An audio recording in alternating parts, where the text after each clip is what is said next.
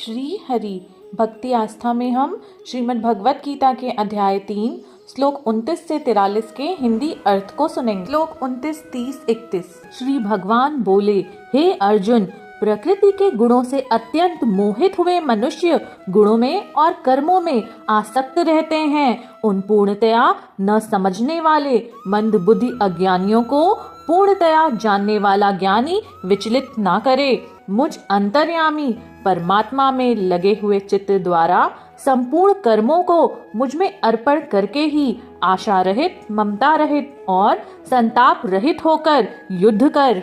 जो कोई मनुष्य दोष दृष्टि से रहित और श्रद्धा युक्त होकर मेरे इस मत का सदा अनुसरण करते हैं, वे भी संपूर्ण कर्मों से छूट जाते हैं। श्लोक 32, 33, 34। परंतु जो मनुष्य मुझ में दोषारोपण करते हुए मेरे इस मत के अनुसार नहीं चलते, उन मूर्खों को तू संपूर्ण ज्ञानों में मोहित और नष्ट हुए ही समझ।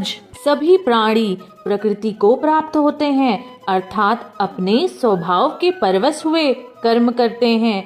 ज्ञानवान भी अपनी प्रकृति के अनुसार चेष्टा करता है, फिर इसमें किसी का हठ क्या करेगा।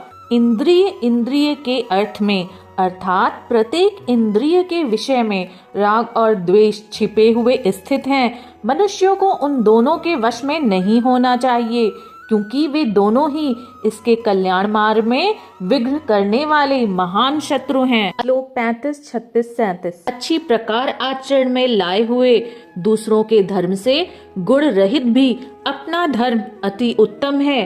अपने धर्म में तो मरना भी कल्याणकारक है और दूसरे का धर्म भय को देने वाला है। अर्जुन बोले, हे कृष्ण, तो फिर यह मनुष्य स्वयं न चाहता हुआ भी बलात् लगाए हुए किस भांति, किससे प्रेरित होकर ये पाप का आचरण करता है। श्री भगवान बोले, हे अर्जुन, रजोगुण से उत्पन्न हुआ यह काम ही क्रोध है।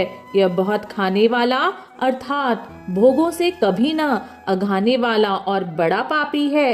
इसको तू इस विषय में वैरी ही जान। श्लोक 38, 39, 40। जिस प्रकार धुएं से, अग्नि और मैल से दर्पण ढका जाता है तथा जिस प्रकार जेर से गर्भ ढका रहता है, वैसे ही उस काम के द्वारा यह ज्ञान ढका रहता है। और हे अर्जुन, इस अग्नि के समान कभी न पूर्ण होने वाले काम रूप ज्ञानियों के नित्य वैरी के द्वारा मनुष्य का ज्ञान ढका हुआ है। इंद्रिया, मन और बुद्धि ये सब इसके वास स्थान कहे जाते हैं। यह काम इन मन, बुद्धि और इंद्रियों के द्वारा ही ज्ञान को आच्छादित करके जीवात्मा को मोहित करता है।